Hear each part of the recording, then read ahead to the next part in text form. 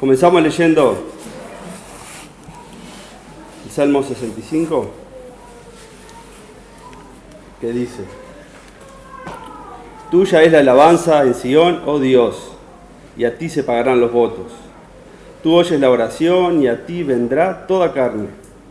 Las iniquidades prevalecerán contra mí, mas nuestras rebeliones tú las perdonarás. Bienaventurado el que tú escogieres y atrajeres a ti para que habite en tus atrios. Seremos saciados del bien de tu casa, de tu santo templo. Con tremendas cosas nos responderás tú en tu justicia, oh Dios de nuestra salvación, esperanza de todos los términos de la tierra y de los más remotos confines del mar. Tú, el que afirma los montes con su poder, ceñido de valentía, el que sosiega el estruendo de los mares, el estruendo de sus ondas y el alboroto de las naciones. Pronto los habitantes de los fines de la tierra temerán a tus maravillas. Tú haces alegrar las salidas de la mañana y de la tarde. Gracias, Padre, por la bendición de poder congregarnos, Señor. A pesar de las condiciones, Señor, las condiciones están dadas para que podamos reunirnos, Señor, y congregarnos. En tu nombre, Señor, te pedimos que tú estés en medio nuestro, Señor. Bendigas esta reunión, lo que hemos de participar, Señor. Queremos alabar tu nombre, queremos, a pesar de no poder cantar, en nuestra alma, en nuestro corazón, adorarte a ti, Señor. Y participar de tu palabra también, Señor. Que tú nos ministres, Señor, y que podamos renovar nuestras fuerzas en ti, Señor. Bendice a quienes no pueden estar, a quienes no han podido llegar, Señor. Que tu presencia sea con ellos, Señor, y podamos mantener unidos en tu vínculo, Señor, como iglesia en este lugar. Te alabamos y te bendecimos en esta mañana, en el nombre de Jesús. Amén. Bueno, no hay música, no se puede cantar, pero va a haber música sin cantar. Quería traerles algo, un poco habíamos hablado con el pastor esto, y le voy a contar la historia de un himno que surgió en medio de una pandemia, ¿no? La peor pandemia que existió en la humanidad, lo que se conoció como la peste negra, ¿no? La peste bubónica. Bastante se ha hablado en estos tiempos de eso. Fue la peste más grande que conoció la humanidad, o de la cual se tiene registro, ¿no? Que alcanzó su punto máximo, como dice allí, entre 1346 y 1353. Es una pandemia que inició en Asia y desde China, curiosamente, la historia se repite. Y desde China, a través del flujo de las rutas comerciales, ¿no? Desde aquella, la ruta de la seda que se conoce desde los tiempos del Imperio Romano, ahí los chinos salieron a conquistar el mundo y a vender sus productos. Y a través del flujo de esas rutas comerciales, la peste emigró a Europa. Era una peste que estaba en las pulgas de las ratas, ¿no? Ellos convivían en los carruajes donde llevaban toda la mercadería, por ahí se transmitió, y cuando llegó a Europa devastó realmente el continente, ¿no? Se estima que una tercera parte de la humanidad, de la población mundial, murió producto de esta peste. Y en determinadas ciudades donde golpeó más fuerte, la mitad de la población murió. Era una muerte agónica, ¿no? Dolores, como en la primera foto, salían unos tumores, unas ronchas grandes, la piel se ennegrecía, se llamaban bubas, por eso peste bubónica, y la piel se ennegrecía, por eso era la peste negra, ¿no? Era muy temida porque cuando se detectaba el síntoma, en 5 a 10 días la persona moría. Y empezaba con unos sufrimientos extremos, y era una situación familiar agonizante. El índice de mortandad era casi del 100%. Muy pocas personas lograban sobrevivir por más tratamiento que había.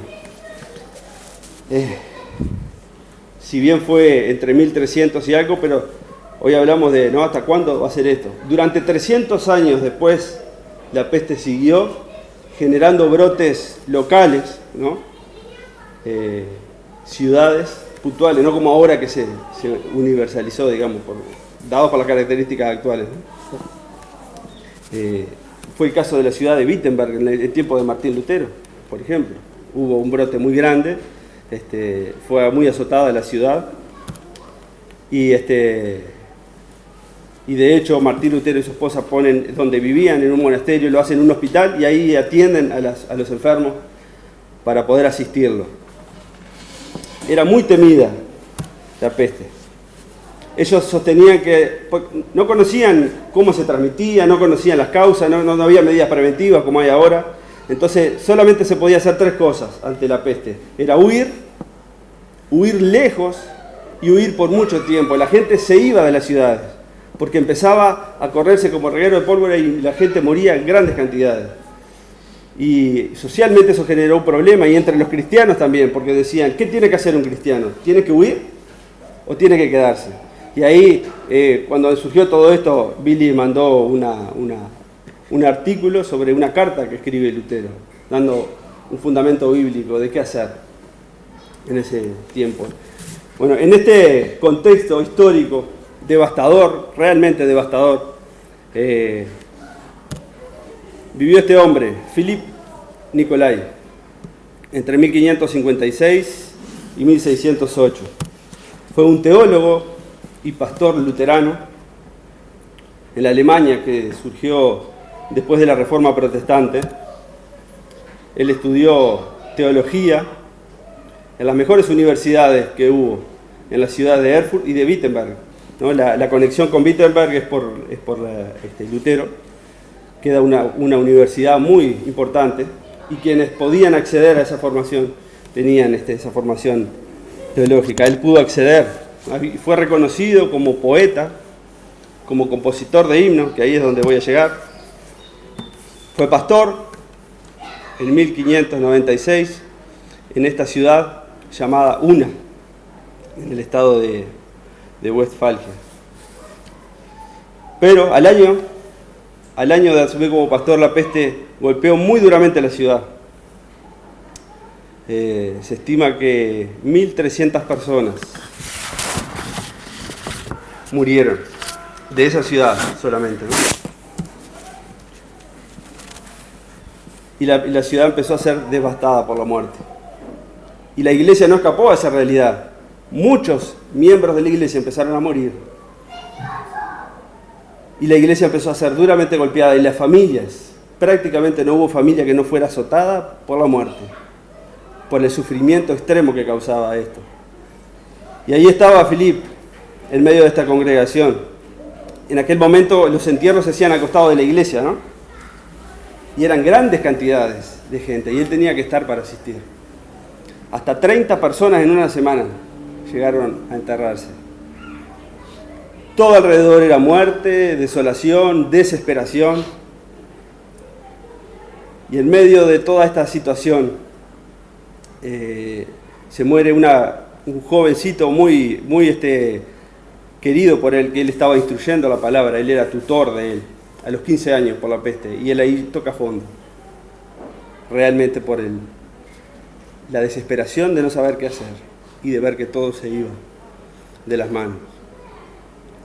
Y él, entre tantos pensamientos de muerte y de destrucción, él se determina una cosa,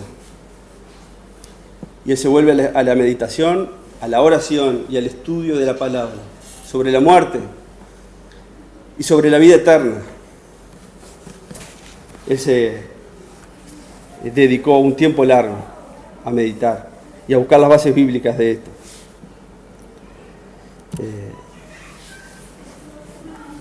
Y él empieza a meditar y pasa por el Apocalipsis, por ejemplo, donde habla de un cielo nuevo y una tierra nueva, de la santa ciudad de Jerusalén. Y él estudia que en aquella ciudad no vi templo, porque el Señor Todopoderoso es su templo y el Cordero. La ciudad no tenía necesidad de sol ni de luna que brillara en ella, porque la gloria de Dios la ilumina y el Cordero es su lumbrera. Él empezó a percibir las glorias y la felicidad extrema que vamos a tener en la vida eterna.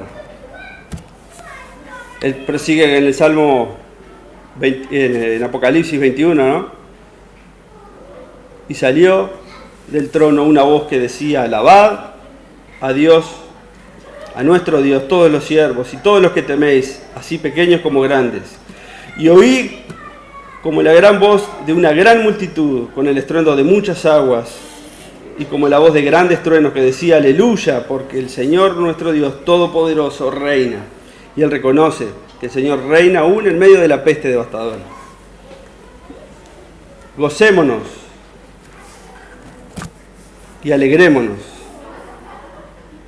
Gocémonos y alegrémonos y démosle gloria, porque han llegado las bodas del Cordero y su esposa se ha preparado. Llegará un día donde va a haber unas fiestas, las bodas del Cordero, donde sus redimidos vamos a participar con gran alegría de este momento. Y a ella se le ha concedido que se vista de lino fino, limpio y resplandeciente, porque el lino fino es las acciones justas de los santos. Y el ángel me dijo: escribe, bienaventurados los que son llamados a la cena de las bodas del Cordero. Y me dijo: estas son las palabras verdaderas de Dios. Y él empieza a meditar en todo esto, a estudiar muy profundamente de cuál será la realidad, incluso de los que están partiendo por la peste. Primera de Corintios, que pasamos en el estudio de los miércoles: cosa que ojo no vio ni oído yo, ni han subido al corazón del hombre, son las que Dios ha preparado para los que le aman. Una mañana, cuenta Philippe Nicolai, en medio de toda esa angustia y tribulación, en el estudio de la palabra, él empieza a sentir que toda esa angustia y esos pensamientos de muerte empiezan a ir. Y él empieza a sentir realmente gozo y alegría y exaltación por la realidad gloriosa que nos espera, donde tenemos nuestra esperanza. Y como resultado de este estudio y de llegar a profundizar en las alegrías gloriosas que va a tener el pueblo de Dios, él escribe unas meditaciones sobre todo este estudio de la palabra de Dios, y escribe un libro de meditaciones que se le llamó Espejo de la Alegría de la Vida Eterna. Esto se publicó en Frankfurt en 1599. Allí hacía algunos años ya que la imprenta había resurgido, se había inventado la imprenta de tipos móviles, ¿no? La impresión de la Biblia, tiempo atrás, con Martín Lutero y todo lo demás. Y se publicó y tuvo una difusión masiva estas meditaciones que él se propuso escribir para traer ánimo y aliento a los que estaban padeciendo y a los enfermos. Él escribe en el prólogo, en la introducción de este libro: no me pareció nada más dulce, delicioso y agradable que contemplar la noble y sublime doctrina de la vida eterna, obtenida a través de la sangre de Cristo. Esto permití que morara en mi corazón día y noche. Busqué en las Escrituras lo que revela sobre este asunto. Luego, día a día, escribía mis meditaciones. Me encontré, gracias a Dios, maravillosamente bien, consolado de corazón, alegre en espíritu y verdaderamente feliz. Le di a mi manuscrito el nombre y título: Espejo de Alegría de la Vida Eterna. ¿Cómo me ha preservado Dios, el Dios misericordioso y santo, con misericordia en medio de la muerte de la terrible peste? Y maravillosamente me ha salvado más allá de todos mis pensamientos y esperanzas, para que con el profeta David pueda decirle, como el Salmo: cuán grande es tu bondad, que has guardado para los que te temen, que has mostrado a los que esperan en ti, delante de los hijos de los hombres. Esta es una copia de un ejemplar que se imprimió en Frankfurt. Si alguien sabe alemán y se anima a leer.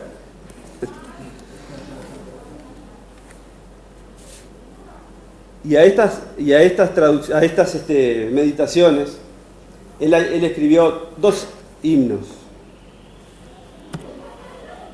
Compuso 2 himnos que se difundieron muy rápidamente en la iglesia. La iglesia empezó a cantar porque en él había gran esperanza y había palabras de aliento y de ánimo que emergían de la palabra de Dios y de esta doctrina. Y el que quiero mostrarles se llama despertad, nos llama la voz. Él introduce la base bíblica.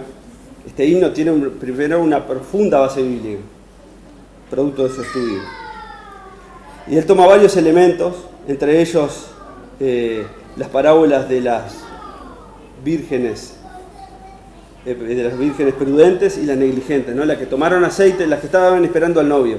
Ellas iban a cortejar al novio que llegaba a las fiestas, a las bodas.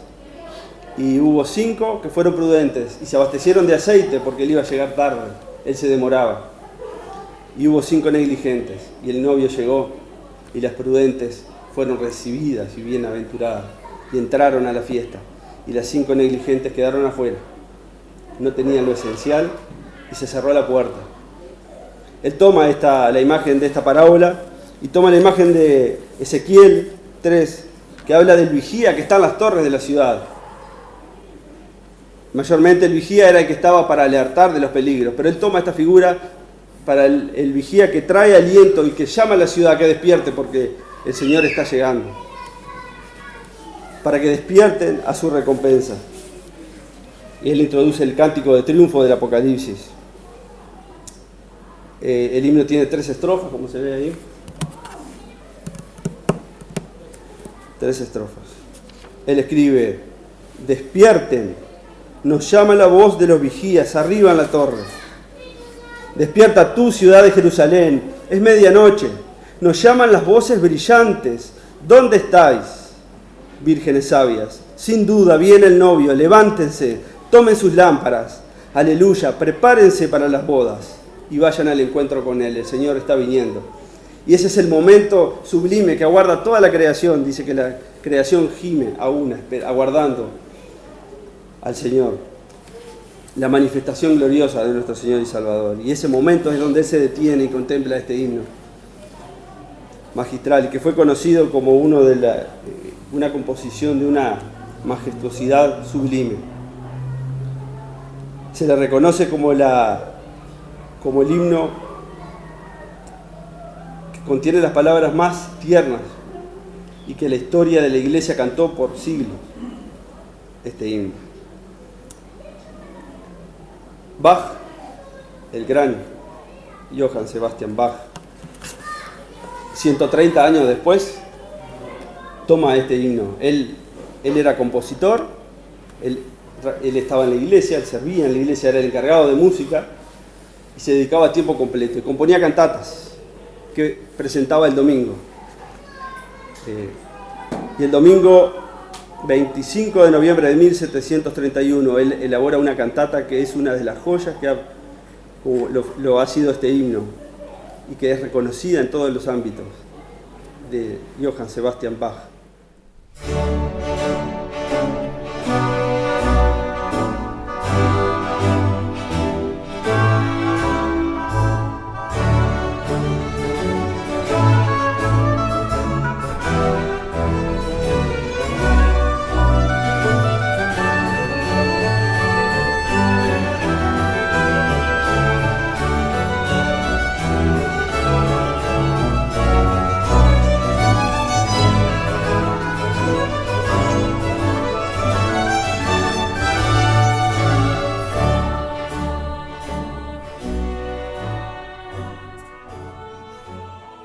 La obra musical de Bach, yo sé que es raro esto, no se escucha música clásica, no se escucha música de Bach en las iglesias, pero creo que es un hombre que realmente temió a Dios y sirvió, y fue un teólogo muy estudioso de las Escrituras y se dedicó a elevar la música al máximo nivel. De hecho, para la mayoría de los músicos fue el músico más grande que dio la historia conocida de la iglesia.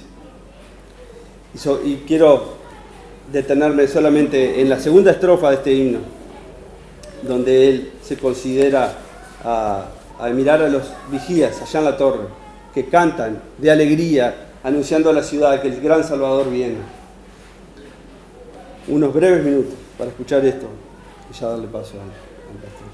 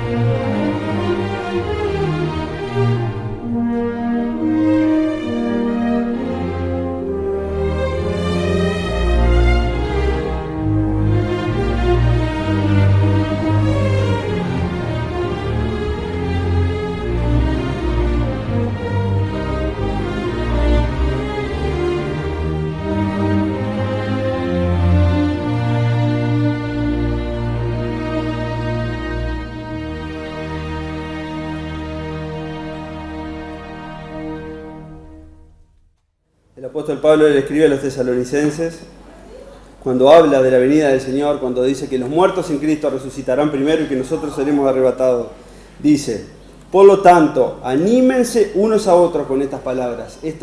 Han sido palabras de aliento a la iglesia. Confórtense, aliéntense unos a otros con estas palabras. Tenemos una esperanza eterna.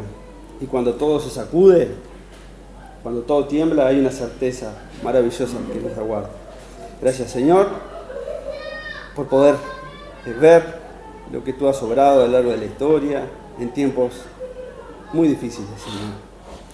Y gracias porque tenemos ánimo y aliento en la realidad y gloriosa certeza que tenemos en tu presencia para siempre, Señor. Alabamos tu nombre como iglesia y te bendecimos en el nombre de Jesús. Amén.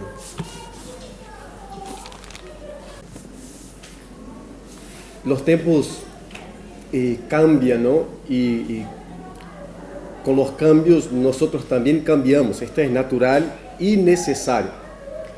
Y lo que vemos son cambios buenos, productivos, pero también vemos cambios que no son productivos y que no son buenos, ¿no? En lo general, en un periodo como ese, los hijos de Dios se desahogaban en las escrituras y en la oración. Pero con el cambio, hoy casi siempre los hijos de Dios se desahogan en el Facebook, en el Twitter, en el Instagram, polarizando la cuestión y peleándose virtualmente, ¿no? En lo general estoy hablando, por supuesto que hay todavía hijos de Dios que se refugian en la oración buscando de Dios la fortaleza y el discernimiento para entender el tiempo y las crisis del carácter que fuere en el tiempo. Pero perdimos, en este sentido cambiamos para peor, ¿no? Las crisis generaron Martín Lutero, las crisis generaron Nicolai, generaron Calvino, generaron David y sus propias crisis, ¿no? En fin, y tantos otros, San Agustín, gente que nosotros leemos y estudiamos hasta hoy. Y hoy no queda mucha cosa para mirar, ¿no? Y decir, no sé, en 500 años si Cristo no vuelve, si habrá una composición que alguien estará todavía dedicando tiempo a explicarla y decir, mira, en medio de una peste esta acá nació un hombre alabando a Dios, ¿no? Es un Pablo que está en Filipos, en la cárcel, y alabando al Señor. Bien, nosotros vamos a leer en Mateo capítulo 11,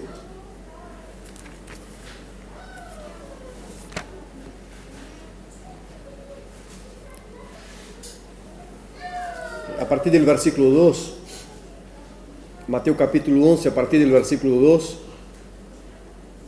vamos a tener una reflexión ahí en ese texto de algunos minutos. Hoy no pudimos generar la reunión para los que no pueden estar.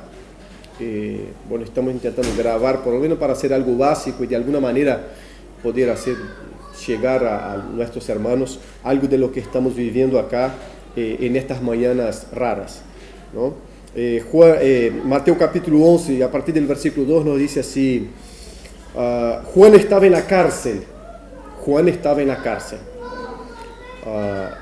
Y al enterarse de lo que Cristo estaba haciendo, envió a sus discípulos a que le preguntaran: ¿eres tú el que ha de venir o debemos esperar otro? Les respondió Jesús: vayan y cuéntele a Juan lo que está viendo y oyendo. Los ciegos ven, los cojos andan, los que tienen lepra son sanados, los sordos oyen, los muertos resucitan y a los pobres se les anuncian las buenas nuevas. Dichoso el que no tropieza por causa mía. Mientras se iban los discípulos de Juan, Jesús comenzó a hablarle a la multitud acerca de Juan. ¿qué salieron a ver al desierto? ¿Una caña sacudida por el viento? Sino, ¿qué salieron a ver? ¿A un hombre vestido con ropa fina?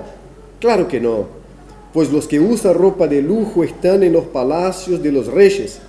Entonces, ¿qué salieron a ver? ¿A un profeta? Sí, les digo, y más que profeta, este es de quien está escrito: yo estoy por enviar a mi mensajero delante de ti, el cual preparará tu camino. Les aseguro que entre los mortales no se ha levantado nadie más grande que Juan el Bautista. Sin embargo, el más pequeño en el reino de los cielos es más grande que él. Desde los días de Juan el Bautista hasta ahora, el reino de los cielos ha venido avanzando contra viento y marea, y los que se esfuerzan logran aferrarse a él. Gracias, Padre, por este tiempo. Gracias por lo que ya escuchamos y vimos aquí, oh Dios. Gracias por tu obrar en la historia, Señor. En esa historia nuestra conocida, lineal, y también en la historia de la eternidad. Muchas gracias te damos por tu palabra, en el nombre de Cristo Jesús. Amén y amén. Bien, quiero hablarles rápidamente sobre dos cuestiones básicas en nuestra vida. La primera de ellas es la duda. La duda. No hay ser humano en la faz de la tierra que no tenga duda, que en algún momento de su vida no haya colocado-se a reflexionar sobre si es así o si no es así, si el camino es este o el camino es aquel, sobre si la decisión tiene que ser esta o la decisión tiene que ser aquella. En este momento, por ejemplo, no son pocos los hijos de Dios en duda sobre volvemos a congregar, no volvemos a congregar. ¿Es una persecución religiosa? No es una persecución religiosa. ¿Hay una limitación de culto? No hay una limitación de culto. ¿Es ser prudente y volver? No es ser prudente y volver. Son dudas. Dudas propias del ser humano. Propias del ser humano. ¿Me caso con esta persona? No me caso con esta persona. ¿Compro este auto o no compro este auto? ¿Construyo de esta manera o construyo de aquella manera? ¿Tomo esta decisión o no tomo esta decisión? Son dudas y es muy humana. Las dudas son humanas, son propias del ser humano, principalmente después del pecado. Después del pecado. Estar entre esa bifurcación y preguntarse por dónde voy ahora. Decir que el ser humano tiene duda no significa decir que el ser humano está rechazando principios eternos de la palabra de Dios, del propio Dios o de su existencia. Es simplemente reconocer la condición humana. Es simplemente decir, no sé exactamente cómo debo proceder ahora. No sé exactamente qué debo hacer ahora. Y reconocer esto no es una señal de debilidad en el sentido de decir no tengo principios. Exactamente al contrario, es decir, yo tengo principios, pero ahora no alcanzo a ver exactamente lo que tengo que hacer. Exactamente lo que tengo que hacer. Juan el Bautista está en la cárcel, tiene un testimonio espectacular en el comienzo de su ministerio. Estamos hablando de un primo de Jesucristo, alguien que nació 6 meses primero que Jesús, luego después de 6 meses, perdón la redundancia, pero van a ser Jesucristo, patea en el vientre materno al encuentro de la mamá de Jesús y su mamá, María e Isabel, porque desde el vientre reconoce en el otro vientre que allí está el Salvador, que allí está el Mesías. Este muchacho crece, es hijo de sacerdote y a los 30 años debería asumir el sacerdocio allá en el templo en Jerusalén. Dios lo quita del ambiente sacerdotal que se desarrollaba en el templo porque estaba completamente corrompida toda aquella institución y lo lleva al desierto para anunciar a Cristo, para preparar el camino. De manera que Juan, ya hablamos aquí en otro momento, es la voz de Dios clamando en el desierto. Y esta voz no es lo que Juan dice, sino lo que Juan es. Juan en sí, su existencia, su manera de ser, es una denuncia y una anunciación de que Dios está obrando a partir de otro camino que no es más el camino allá en el templo. Luego después, Cristo aparece en el escenario. Es bautizado por Juan, y Juan tenía aquellos que lo seguían, y un día aparece Cristo caminando.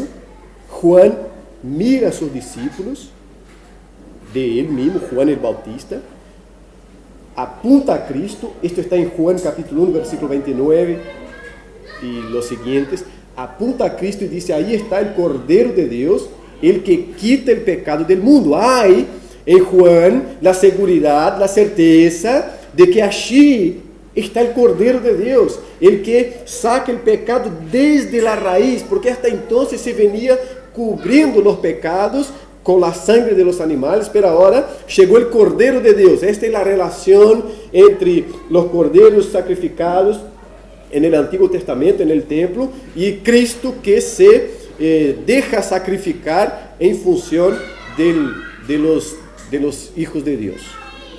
Entonces Juan, seguro de quién es aquel que está caminando, dice: ahí está el Cordero de Dios, y es Él quien quita el pecado del mundo. Verdaderamente es Él que puede ir en la raíz del pecado y sacar, quitar. Está hablando de la justificación que Cristo produce por medio de su sacrificio y del derramamiento de sangre.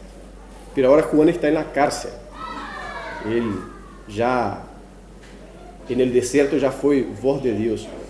Y desde la cárcel, las angustias naturales de estar allí, porque no es que Pablo cantaba en la cárcel sin angustia, no es que Silas cantaba en la cárcel sin angustia, estaba la angustia, estaba el sufrimiento, estaba el dolor. Lo que no dejó de estar es la esperanza cristiana.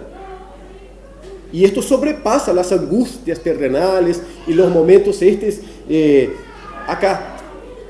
Por eso cantaban, pero no es que no tenían su sufrimiento, no es que no tenían. Y Juan en la cárcel tiene dudas. Él no tiene dudas cuanto a la venida del Mesías.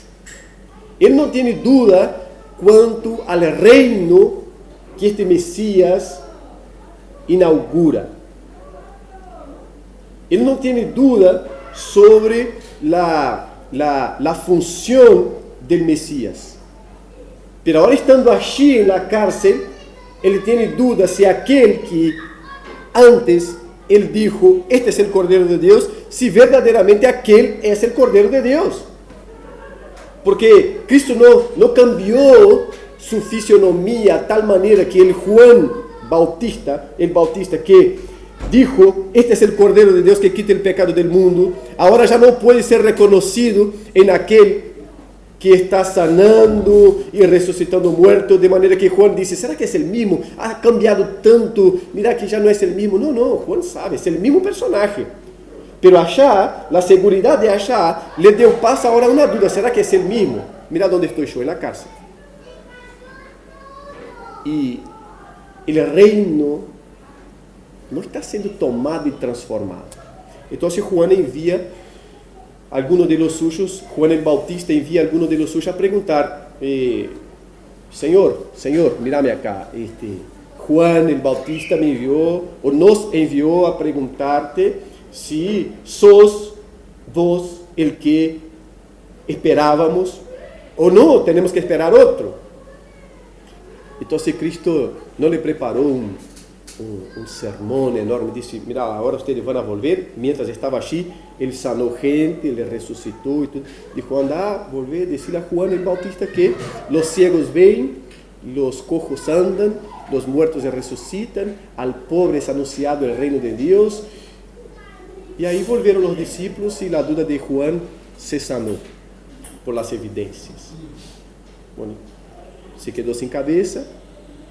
El Juan ya no sale más de la cárcel, pero tiene nuevamente la garantía de que él estaba en lo correcto.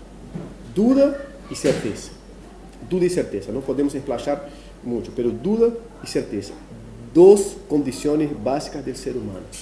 No vivimos sin duda, pero no podemos vivir sin certezas. Y es uno de los grandes males de la generación presente, el caos en las certezas, porque no la tiene, porque todo es duda y todo es certeza, de manera que cualquier cosa sirve y nada sirve. De manera que cualquier palabra sirve, pero cualquier palabra puede ser desechada. De manera que cualquier actitud sirve porque es correcta, desde que sirva a algún propósito, y de cualquier manera también puedo rechazar a cualquier palabra exactamente porque no la quiero. Es la crisis de las certezas. Crisis de las certezas. Y si la duda es una condición básica del ser humano, también las certezas tienen que ser una condición básica del ser humano. El ser humano no puede vivir sin cosas ciertas, seguras, sin garantías. En medio del caos, el ser humano que no tiene garantías, que no tiene certezas, se hunde también en el caos. En medio de la pandemia, el que no puede mirar para cima con seguridad de que hay un Dios soberano, eterno, poderoso, que controla la historia, él se hunde en la pandemia. Él se hunde en la pandemia porque no tiene certezas. No tiene certezas. Si por un lado, en medio de una pandemia o de cualquier otra cosa, la pandemia es el tema de la moda, por eso hablamos, pero de cualquier otra cosa, uno tiene dudas porque no sabe si es así o es asado, la cantidad de alcohol, si es verdad, si no es verdad. Y si, por otro lado, este ser humano necesita tener algo firme en el cual agarrarse para decir, esto pasa. Y si voy con esto, yo tengo algo que trasciende eso. Y en nuestro caso, hermanos, tenemos que tener la certeza de que Cristo es el que controla no solamente la historia, sino que también nuestras vidas y que estamos en sus manos. Hay que tener certezas, porque si no se hunde en las crisis también, cualquiera. Porque si no, no tenemos dónde agarrarnos, no tenemos dónde mirar. Esta gente tenía dónde mirar, se refugiaba en la palabra y en la palabra buscaba consuelo. Y ahí uno que está mirando la ciudad y la ciudad está en un completo caos, él mira Apocalipsis y dice, pero hay otra ciudad. Hay una ciudad donde llegará un tiempo donde la muerte no estará, la enfermedad no estará, no habrá pandemia. Habrán chinos, bastante, porque Dios está salvando bastante, pero pandemia ya no habrán. No existirán. Podía mirar y decir, no va a haber choro allá. No voy a perder los amigos, aquellos a quienes yo estoy enseñando, no voy a perder. Pero hay que tener certezas, hermanos. Necesitamos más que nunca certezas en una generación de la pós-verdad, todo es pós-verdad. Hoy los sociólogos llaman el tiempo nuestro de pós-verdad. Yo no sé lo que viene después de la verdad, pero es exactamente el momento donde no hay nada que sea verdadero. No hay nada del que uno pueda agarrarse y decir, aquí me voy hasta el final. No hay. Entonces la duda es una condición básica nuestra. Pero la certeza tiene que existir en nuestro corazón. Y en el caso nuestro cristiano, la certeza de que Dios existe, que Dios no abandonó al ser humano porque está en la cárcel, porque las cosas no se cumplieron tal como esperábamos, porque no se dieron tal como imaginábamos, porque el Mesías que la gente imaginaba vino completamente al revés. Y muchos no creyeron. Pero Juan quiere saber, es él mismo. Yo estoy en lo correcto. Es él. Ahí llegan las evidencias, Juan dice, es él. No hay duda. Necesitamos certezas. La duda existe, va a seguir existiendo, pero necesitamos certezas. Y las certezas nuestras son de las cosas eternas. Domingo pasado hablamos acá de Santiago que dice, ¿cómo vas a planificar para daqui a 10 años? Voy a ganar plata, me voy a viajar y voy para allá, si no sabes si va a estar vivo. Entonces la certeza nuestra, certeza, es aquella que Pablo presenta a los tesalonicenses. Los que estén, no se preocupen, hermanos, ustedes que están perdiendo parientes, está hablando Pablo a los tesalonicenses, no se preocupen, porque los que estén muertos van a resucitar primero, y luego nosotros, los que estemos vivos, seremos transformados para el encuentro con nuestro Señor Jesucristo. Una certeza para nosotros en cualquier tiempo, ahora tiempo de pandemia, pero en cualquier tiempo. Chegamos a 45 minutos, vamos a orar en el nombre del Señor Jesucristo, con la certeza de que Dios está con nosotros en tiempo de pandemia también, y que Dios estará siempre con nosotros. Certezas. No deje de tener certezas, pero certezas de carácter eterno, bíblico. ¿Ah? Vamos a orar al Señor. Gracias, Padre, te damos en esta mañana tan hermosa. Gracias por lo que pudimos vivir aquí. Gracias por la reflexión en torno a la teología de esta música que vimos partes, y gracias por tu palabra. Gracias por la certeza que tú nos das que tu palabra es verdadera, y por ser verdadera nosotros creemos en lo que ella dice, y ella nos dice que ninguno de nosotros estaremos o estamos desamparados porque tú estás con nosotros. Te alabamos, te glorificamos por la vida de cada hermano, de cada hermana, aquellos que están en sus casas, que no pueden estar todavía. Nosotros tenemos la certeza que tú estás con ellos, oh Dios, y que tu consuelo y tu fortaleza es lo que nos da vida, tanto a nosotros como a ellos. Somos un solo cuerpo. Hoy, Señor, no congregados juntos, pero juntos en espíritu. Que tú nos bendiga en el nombre de Cristo Jesús.